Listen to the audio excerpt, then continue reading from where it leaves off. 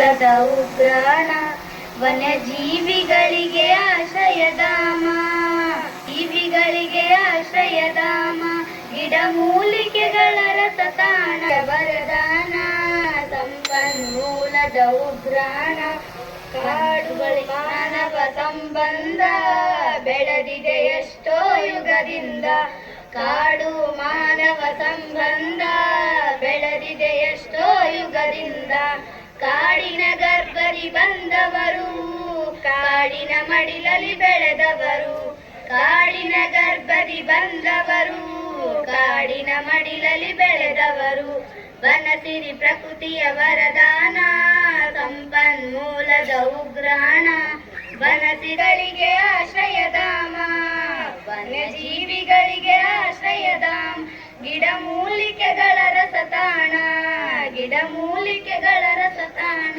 ವನಗಳೇ ಮುತ್ತಿಯ ತಾಣಗಳು ಬದುಕಿಗೆ ಶಕ್ತಿಯ ಕೇಂದ್ರಗಳು, ವನಗಳೇ ಮುತ್ತಿಯ ತಾಣಗಳು ಬದುಕಿಗೆ ಶಕ್ತಿಯ ಕೇಂದ್ರಗಳು, ಕಾಡುಗಳಿಲ್ಲ ಕಾಡೇ ನಮ್ಮೊಡನಾಡಿಗಳು, ವನಸಿರಿ ಪ್ರಕೃತಿಯ ವರದಾನ ಸಂಪನ್ಮೂಲದ ಉಗ್ರಾಣ, ವನಸಿರಿ ಪ್ರಕೃತಿಯ ವರದಾನ ಸಂಪನ್ಮೂಲದ ಉಗ್ರಾಣ, ವನ್ಯಜೀವಿಗಳಿಗೆ ಆಶ್ರಯಧಾಮ, ವನ್ಯಜೀವಿಗಳಿಗೆ ಆಶ್ರಯಧಾಮ, ಗಿಡಮೂಲಿಕೆಗಳ ರಸತಾಣ, ಗಿಡಮೂಲಿಕೆಗಳ ರಸತಾಣ, ವನಸಿರಿ ಪ್ರಕೃತಿಯ ವರದಾನ ಸಂಪನ್ಮೂಲದ ಉಗ್ರಾಣ, ವನಸಿರಿ ಪ್ರಕೃತಿಯ ವರದಾನ ಸಂಪನ್ಮೂಲದ ಉಗ್ರಾಣ.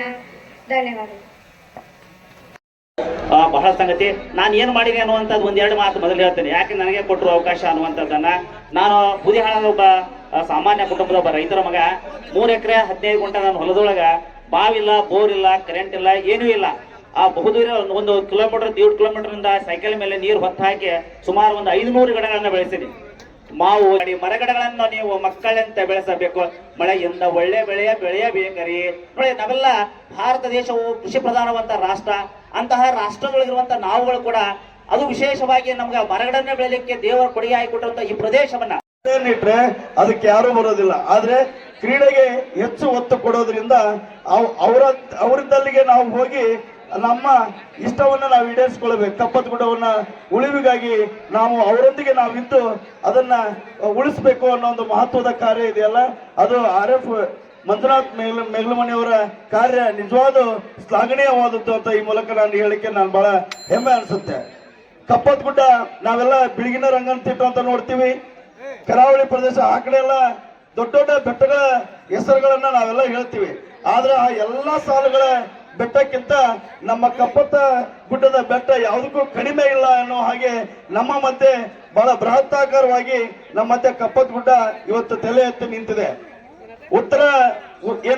ಉತ್ತರ ದಿಕ್ಕಿನಲ್ಲಿ ನಮ್ಮ ಬಿಂಕದ ಕಟ್ಟಿಂದ ಹಿಡಿದು ದಕ್ಷಿಣ ದಿಕ್ಕಿನಲ್ಲಿ ಇರ್ತಕ್ಕಂಥ ತುಂಗಭದ್ರಾ ನದಿವರೆಗೂ ಇದು ಕಪ್ಪತ್ ಗುಡ್ಡ ವಿಸ್ತರಣೆ ಆಗಿದೆ. ಕಪ್ಪತ್ ಗುಡ್ಡದ ವಿಸ್ತರಣೆ ಆಗಿದೆ. ಆದ್ರೆ ಇವತ್ತು ನಾವು ನಿಮ್ಗೆಲ್ಲ ಗೊತ್ತಿರಬಹುದು ಪರಿಸರ ಸಂರಕ್ಷಣೆ ಎಷ್ಟು ಅವಶ್ಯವಾಗಿದೆ ಅನ್ನೋದ್ರ ಬಗ್ಗೆ ನಾವಿಲ್ಲಿ ಒಂದು ಕಡೆ ನೋಡುವಾಗ ವಿಜ್ಞಾನಿಗಳು ಒಂದು ಕಡೆ ಹೇಳ್ತಾರೆ, ಮುಂದಿನ 10 ರಿಂದ 15 ವರ್ಷ ಹೋದಪ್ಪ ಅಂತಂದ್ರೆ ನಾವು ಆಕ್ಸಿಜನ್, ಈಗ ನೀವೇನು ICUದೊಳಗ ಉಸಿರಾಟದ ಒಂದೇನು ಸಾಧನವನ್ನ ನಿಮ್ಮ ಮೂಗಿಗೆ ಇಡ್ತಾರಲ್ಲ ಆ ರೀತಿ ನಾವು ಅಡ್ಡಾಡಬೇಕಾದ್ರ ಅದನ್ನ ಹೆಗಲಿಗೆ ಹಾಕೊಂಡು ಉಸಿರಾಟವನ್ನ ತೆಗೆದುಕೊಳ್ಳುವಂತ ಪರಿಸ್ಥಿತಿ ನಮಗೆ ಬರುತ್ತೆ. ಹಾಗಾಗಿ ಇವತ್ತು ನಾವು ಕಪ್ಪತ್ ಗುಡ್ಡ ಮಗ್ಲೇ ಇದೆ, ಆದ್ರೆ ಹೆಚ್ಚಿಗೆ ನಮಗೆ ಕಾಳಜಿ ಇಲ್ಲ. ಕಪ್ಪತ್ ಗುಡ್ಡದ ಬಗ್ಗೆ ಅವೇರ್ನೆಸ್ ಇಲ್ಲ. ನಮ್ಮ ಗದಗ ಜಿಲ್ಲೆಯಲ್ಲಿ ಅನೇಕ ಸಂಗೀತಗಾರರು, ಕಲಾವಿದರು, ಸಾಹಿತ್ಯ ಆರಾಧಕರು ಅವರೆಲ್ಲರೂ ತಮ್ಮ ತಮ್ಮ ಸಾಹಿತ್ಯದ ಧ್ವನಿದ ಮುಖಾಂತರವಾಗಿ, ಹಾಡುಗಳ ಮುಖಾಂತರವಾಗಿ ಕಪ್ಪತ್ ಗುಡ್ಡ ಉಳಿವಿಗಾಗಿ ಅವರೆಲ್ಲ ಹೋರಾಡ್ತಾ ಇದ್ದಾರೆ. ನಾವೇನ್ ಮಾಡ್ತಾ ಇದೀವಿ ಅಂದ್ರೆ ಅಲ್ಲಿ ಕಪ್ಪತ್ ಗುಡ್ಡವನ್ನ ನಮ್ಮ ಕುರಿಗಾಯಿಗಳಲ್ಲಿ ನಾನು ಒಂದು ವಿನಂತಿಯನ್ನ ಮಾಡ್ಕೊತೀನಿ. ಕಪ್ಪತ್ ಗುಡ್ಡಕ್ಕ ಏನಾದ್ರೂ ಬೆಂಕಿ ಹತ್ತಿದ್ರೆ, ಅಲ್ಲಿ ಏನಾದ್ರೂ ಅಡಗಿಸಕ್ಕ ಇದಾದ್ರೆ ನಿಮ್ಮ ಕೈಲಾದಷ್ಟು ಪ್ರಯತ್ನವನ್ನ ನೀವು ಮಾಡಿದ್ರೆ ಅದು ನಿಮ್ಮ ತಾಯಿಯ ಋಣವನ್ನ ತೀರಿಸ್ದಂಗೆ. ಯಾಕಂತಂದ್ರೆ ಒಬ್ಬ ತಾಯಿ ಉಸಲು ಬಿಗಿ ಹಿಡಿದು ತನ್ನ ಪ್ರಾಣವನ್ನ ಒತ್ತೆ ಇಟ್ಟು ಒಂದು ಮಗುವಿಗೆ ಹೇಗೆ ಜನ್ಮ ನೀಡುತ್ತಾಳೆ, ಹಾಗೆ ಒಂದು ಕಪ್ಪತ್ ಗುಡ್ಡ ಅದು ನಮಗೆ ಒಂದು ಮಗು ಇದ್ದಂಗೆ. ಅದು ನಮಗೆ ಉಸಿರಾಟದ ಒಂದು ನಮಗೇನಂದ್ರೆ ಆಕ್ಸಿಜನ್ ನಮಗೆ ಕೊಡುತ್ತ. ಅದನ್ನ ನಾವೆಲ್ಲ ಗಮನ ಇಟ್ಕೊಂಡು ಇಲ್ಲಿ ಕೇಳಬೇಕು.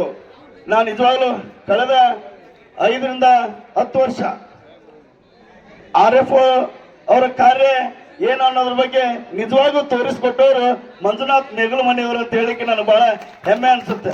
ಯಾಕಂದ್ರೆ ಇಂದಿನ ಅಧಿಕಾರಿಗಳಲ್ಲಿ ನಾವೆಲ್ಲ ನೋಡ್ತಾ ಇದೀವಿ, ನಮಗೇನಪ್ಪ ಬೆಳಿಗ್ಗೆ 7 ಗಂಟೆಗೆ ಹೋಗ್ಬಿಡೋದು, 5:30 6 ಗಂಟೆಗೆ ನಾವು ಬಂದು ನಮ್ಮ ಕಾರ್ಯ ಮುಗಿತಲ್ಲ, ನಮ್ಮ ಪೇಮೆಂಟ್ ಬರುತ್ತೆ, ನಾವು ಆರಾಮ್ ಜೀವನ ಸಾಗಿಸ್ಬೋದು, ನಮ್ಗೆ ಯಾಕೆ ಬೇಕಾಗೈತೆ ಅಂತ ಕೈ ಕಟ್ಕೊಂಡು ಕೂತ್ಕೊಂತ ಎಷ್ಟೋ ಅಧಿಕಾರಿಗಳ ಮಧ್ಯೆ ಇಂಥ ಒಬ್ಬ ಕ್ರಿಯಾಶೀಲ ಅಧಿಕಾರಿಗಳು ನಮ್ಮ ಮಧ್ಯೆ ಇವತ್ತು ಇದ್ದಾರೆ ಅಂತಂದ್ರೆ ನಾವು ನೀವು ಕೂಡಿ ಅವರಿಗೆ ಹೆಚ್ಚಿನ ಸಪೋರ್ಟ್ ಅನ್ನು ಕೊಡ್ಬೇಕಾದಂತ ನಮ್ಮ ಕರ್ತವ್ಯ. ಇವತ್ತು ನೀವು ಕಪ್ಪತ್ತಗುಡ್ಡ ಮೇಲೆ ಒಂದು ವ್ಯೂ ಪಾಯಿಂಟ್ ಅಂತ ಮಾಡಿದ್ದಾರೆ. ಕಪ್ಪತ್ತಗುಡ್ಡ ನಮ್ಮ ಹೆಮ್ಮೆ ಅಂತಂದು ಹೇಳಿ ಮಾಡಿದ್ದಾರೆ. ಗಾಳಿಗುಂಡಿ ಬಸವೇಶ್ವರ ಗುಡಿಯಿಂದ ಹಿಡ್ಕೊಂಡು ಅಲ್ಲೆಲ್ಲ ಎಷ್ಟು ಮನರಂಜನವಾಗಿ ಆಕರ್ಷಣವಾದಂತ ತಾಣವನ್ನ ನಮ್ಮ ಕಪ್ಪತ್ತಗುಡ್ಡದಲ್ಲಿ ಅವ್ರು ಮಾಡಿದ್ದಾರೆ. ಅನೇಕ ಸಲ ನಮ್ಮ ಯುವಕರೆಲ್ಲ ಕ್ಲೀನ್ ಆಗ್ಲಿ ಅಂತ ಏನು ಅನ್ಕೊಂಡಿದಾರಲ್ಲ, ಅವತ್ತು ಬೆಂಕಿ ಹಚ್ಚಬೇಕಾದ್ರೆ ಸ್ವಲ್ಪ ಮುಂಜಾಗ್ರತೆ ಕ್ರಮಗಳನ್ನು ಕೈಗೊಂಡ್ರೆ ಆ ಹೊಲದಿಂದ ಕಪ್ಪತ್ತಗುಡ್ಡ ಹೋಗೋದನ್ನ ತಡಿಬಹುದು. ಯಾಕಂದ್ರೆ ನಿಮ್ಗೆಲ್ಲ ಗೊತ್ತಿದೆ, ಬೆಂಕಿ ಹತ್ತಿದ್ರೆ ಕಪ್ಪತ್ತಗುಡ್ಡದಲ್ಲಿ ಬೆಂಕಿ ಹತ್ತಿದ್ರೆ ನಾವಷ್ಟೇ ಇಲಾಖೆಯವರು ಎಷ್ಟಂತ ಪ್ರಯತ್ನ ಮಾಡ್ಲಿಕ್ಕಾಗತ್ತೆ, ನಮ್ಮ ಮಾನವ ಪ್ರಯತ್ನ ಮಾತ್ರ ಮಾಡ್ಲಿಕ್ಕಾಗತ್ತೆ. ಸೊ ಆ ಬೆಂಕಿ ಹತ್ತದಂಗೆ ನೋಡ್ಕೋಬೇಕು. ಹಾಗಾಗಿ ರೈತರೆಲ್ಲ ತಮ್ಮ ಹೊಲದಲ್ಲಿ ಬೆಂಕಿ ಹಚ್ಚಬೇಕಾದ್ರೆ, ಬದುಕಿ ಬೆಂಕಿ ಹಚ್ಚಬೇಕಾದ್ರೆ ಸ್ವಲ್ಪ ಮುಂಜಾಗ್ರತೆ ಕ್ರಮ ಇಟ್ಟುಕೊಂಡು ಸ್ವಲ್ಪ ಬೆಳಗಿನ ಜಾವ ಅಥವಾ ನಮ್ಮ ಇಲಾಖೆ ಒಂದು ಮಾಹಿತಿ ಕೊಟ್ಟು ಬೆಂಕಿ ಹಚ್ಚಿಕೊಂಡು ತಮ್ಮ ಹೊಲ ಕ್ಲೀನ್ ಮಾಡಿಕೊಂಡ್ರೆ ಕಪ್ಪತ್ತಗುಡ್ಡ ಉಳಿಯುತ್ತೆ.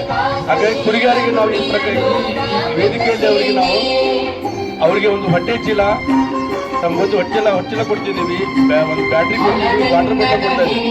ಇದು ಓನ್ಲಿ ನಾವು ಅವ್ರಿಗೆ ಒಂದು ಪ್ರೋತ್ಸಾಹಕ ರೀತಿಯಲ್ಲಿ ಕೊಡ್ತಾ ಇದೀವಿ ಅಷ್ಟೇ, ಅವ್ರಿಗೆ ಒಂದು ಅನುಕೂಲ ಆಗಲಿ ಅಂತ.